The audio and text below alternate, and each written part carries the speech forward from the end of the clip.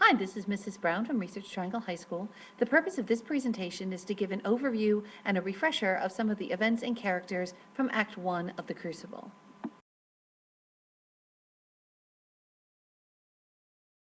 The setting of the play in Act 1 starts in an upstairs room that belongs to Reverend Paris's house, and this is where his young daughter and his niece will sleep. And we're in Salem, Massachusetts, and the year is 1692.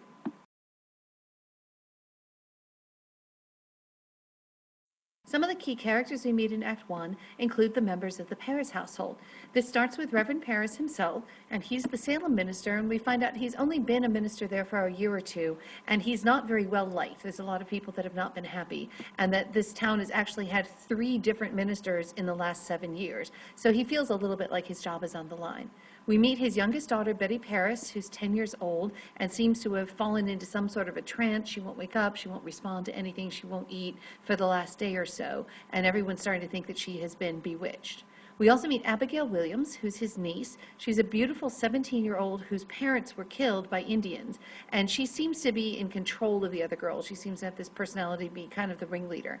On the other hand, everyone else on the surface kind of thinks of her as being a perfectly good young, niece of the minister. She used to work for the Proctors, but we discover a little bit about Abigail. She was kicked out when Elizabeth Proctor discovered that Abigail had had a one-time affair with Elizabeth's husband, John. And finally, we meet Tituba. She is a slave from Barbados who was owned by Reverend Paris. Paris used to be a businessman before he felt a calling to join the ministry, and he lived in Barbados and he owned several slaves. And this is the one slave that he's brought with him after he moved up to New England. And Tituba is from this exotic land. Most of the people in Salem have never seen anyone from outside of the country before. She has dark skin. They've never seen that. She has an accent and speaks in a language most of them have never heard. And she loves to sing these songs and tell these stories about these strange things that happen in these island countries. And the littler girls become quite fascinated by her, and that may be some of the beginning of some of the troubles that we saw.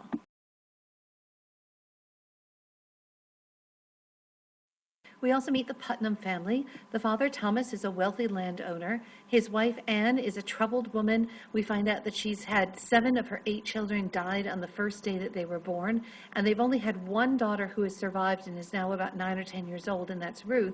But Ruth is now sick like Betty Paris, so the Putnams are desperate to find something, or else they're going to fear that they will lose their final child.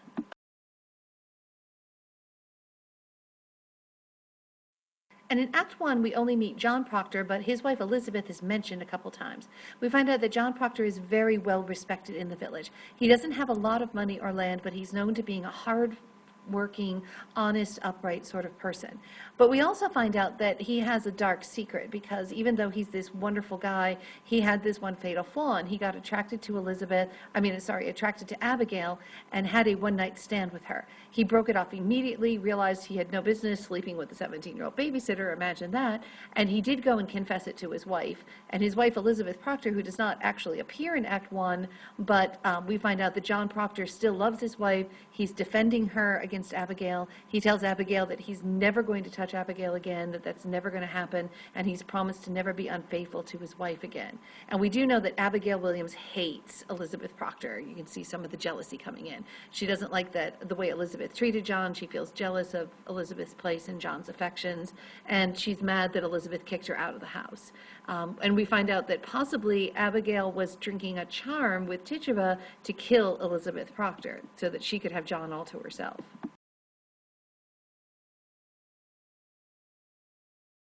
Act 1 also introduces us to Reverend John Hale. We find out he's this young minister. He's from the nearby town of Beverly. He has a Harvard degree, and he is a witchcraft expert. He has made it his life's work to study this kind of paranormal and satanic craft. And he's a very cautious and reasonable man, though, even though he does believe that there are witches, but he thinks of it as a science, that there's ways to prove it or disprove it. And he does not immediately think that everything strange must be witchcraft. He doesn't believe in every single superstition or bit. So he's been brought in to kind of investigate and give what for this day would have been a scientific look at whether or not what's happening to the girls is actually witchcraft or something else.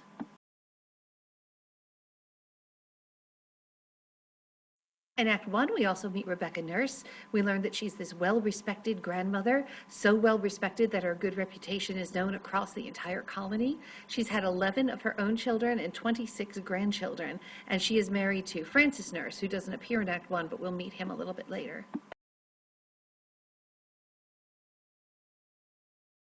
And we also meet Giles Corey. He's an 82-year-old, incredibly strong and big and healthy, plain-spoken farmer. He does not believe that witchcraft has anything to do with this, and we find out that he fights a lot. He's very cantankerous, that he's often gotten into land disputes with his neighbors. He's not afraid to speak his mind, and he's this very honest and outright and a little bit irritating sort of older man who comes into the middle of this scene. There are some assorted other girls that we meet. Mercy Lewis, who is the servant to the Putnams, makes an appearance in the upstairs bedroom, checking in on Betty Paris and talking about how Ruth is sick the same way.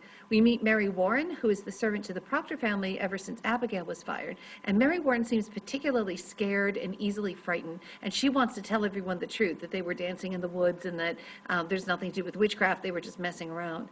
And we also have a quick meeting with Susanna Walcott, who's one of Abigail's friends. These are all these girls in this small village that are about the same age. And we find out that they were all involved in this sneaking out, dancing in the woods, making charms with Tituba, all things that would have been completely forbidden in Salem but weren't really witchcraft. So now they've all gotten involved in crying out witches as a way to save themselves from getting punished for the other things that they were doing.